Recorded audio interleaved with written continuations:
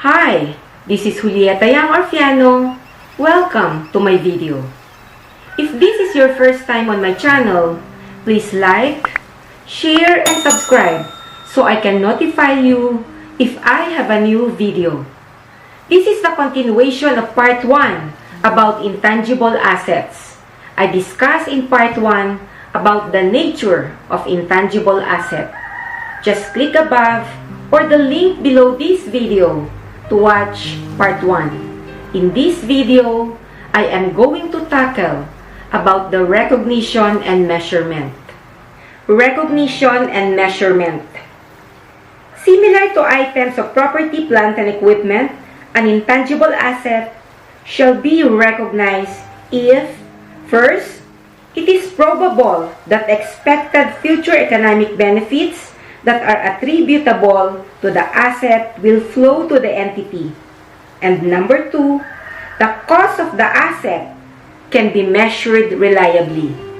An entity shall assess the probability of expected future economic benefits using reasonable and supportable assumptions that represent management's best estimate of the net of economic conditions that will exist over the useful life of the asset. Initially, an intangible asset shall be measured at cost. The measurement, however, will depend on the specific manner of acquiring the intangible asset, such as, first, separate acquisition. Second, acquisition in a business combination. Third, acquisition by way of government grant. Fourth, acquisition by exchanges of assets. And fifth, internally generated intangible asset. Separate acquisition.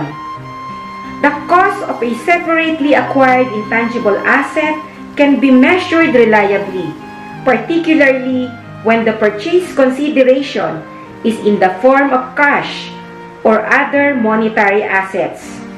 Its cost consists of number 1, its purchase price, and number 2, any directly attributable cost of preparing the asset for its intended use. Purchase price. The purchase price of an intangible asset includes import duties and non-refundable purchase taxes, after deducting trade discounts and rebates. Thus, when an intangible asset is acquired for cash, its purchase price is the amount of cash paid to acquire it, excluding refundable or creditable purchase taxes.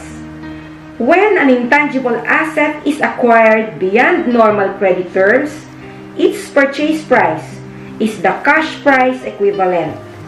The difference between the cash price equivalent and the total cash outflow to settle the obligation is recorded as finance cost or interest expense over the credit period. When an intangible asset is separately acquired by issuance of the company's own equity securities, the cost of the asset is the fair value of the shares issued or the fair value of the intangible asset acquired, whichever is more clearly and reliably determinable. Directly attributable costs. Directly attributable costs of an acquired intangible asset include number 1, costs of employee benefits and professional fees arising directly from bringing the asset to its working condition, and number 2, costs of testing whether the asset is functioning properly. The following costs are not part of the cost of an intangible asset. Number 1, costs of introducing a new product or service. Number 2, costs of conducting business in new locations or with a new class of customer.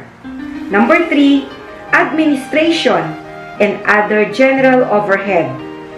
Acquisition Acquisition as part of a business combination.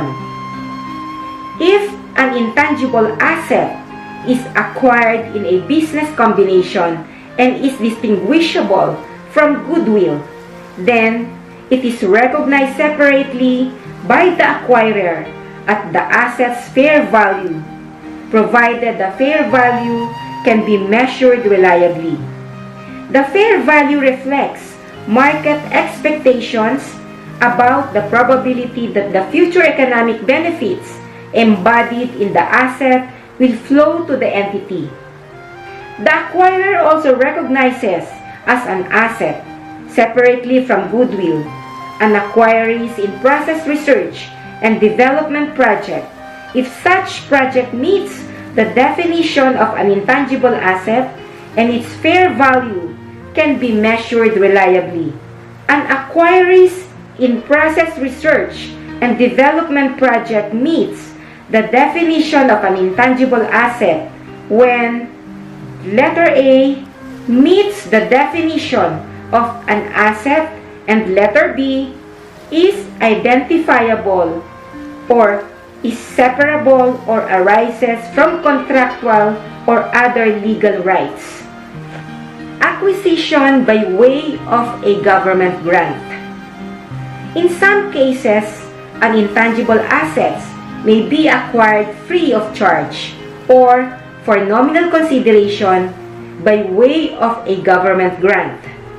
This takes place when a government unit transfers or allocates to an entity intangible assets such as airport landing rights, licenses to operate radio or television stations, import licenses or quotas or rights to access other restricted resources. In accordance with IAS number 20, Accounting for Government Grants and Disclosure of Government Assistance, an entity at its option may either A. Recognize both the intangible asset and the grant initially at fair value with a credit to unearned income from government grant, or letter B, recognize the asset at a nominal amount, presumably zero, plus any expenditure that is directly attributable to preparing the asset for its intended use. If the entity chooses to require both the asset and the grant initially at fair value, the grant is recognized as income over the period in which the intangible asset is amortized. Acquisition by exchanges of assets. The cost of an intangible asset that is acquired in exchange for a non-monetary asset or assets is measured at fair value unless the exchange transaction lacks commercial substance or the fair value of neither the asset received nor the asset given up is reliably measurable. In determining whether or not an exchange transaction has commercial substance, reference may be made to non-monetary exchanges of property, plant, and equipment, internally generated intangible asset. To assess whether the cost incurred in the internal development of identifiable intangible assets is to be capitalized, the enterprise has to determine whether the cost is incurred in the research phase or in the development phase. Research refers to the original and planned investigation undertaken with the prospect of gaining new scientific or technical knowledge and understanding. Research activities include letter A, activities aimed at obtaining new knowledge. Letter B, the search for evaluation and final selection of applications of research findings or other knowledge. Letter C, the search for alternatives for materials, devices, products, processes, systems, or services. And letter D, the formulation, design, evaluation, and final selection of possible alternatives for new or improved materials, devices, products, processes, systems, or services. Development refers to the application of research findings or other knowledge to a plan or design for the production of new or substantially improved materials, devices, products, processes, systems, or services before the start of commercial production or use. Examples of development activities are number 1, design, construction, and testing of pre-production or pre-use prototypes and models. Number 2, design of tools, jigs, molds, and dies involving new technology. Number 3, design, construction, and operation of a pilot plant that is not of a scale economically feasible for commercial production. Number 4, design, construction, and testing of a chosen alternative for new or improved materials, devices, products, processes, systems, or services.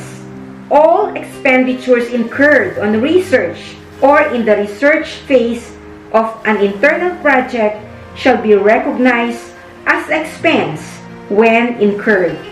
Expenditures incurred in the development phase shall be capitalized as cost of the intangible asset being developed only if the entity can demonstrate all of the following.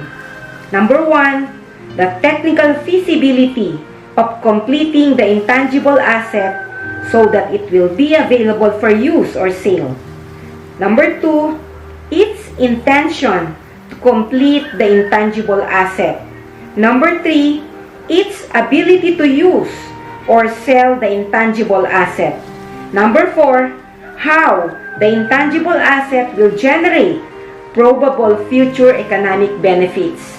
Number 5, the availability of adequate technical, financial, and other resources for the completion, use, or sale of the intangible. And number 6, its ability to measure reliably the expenditure attributable to the intangible asset during its development. If an entity cannot distinguish the research phase from the development phase of an internal project to create an intangible asset, the entity treats the expenditure on that project as if it were incurred in the research phase, recognizing the expenditure as expense. To summarize, all expenditures incurred in the research phase shall be recorded as expenses, whereas expenditures incurred in the development phase shall be recorded as part of the cost of intangible asset being developed, provided all the 6 conditions enumerated have been met. Examples of development and other costs that are capitalized as part of the cost of an internally developed intangible asset are as follows. Letter A, cost of materials and services consumed in generating the intangible asset.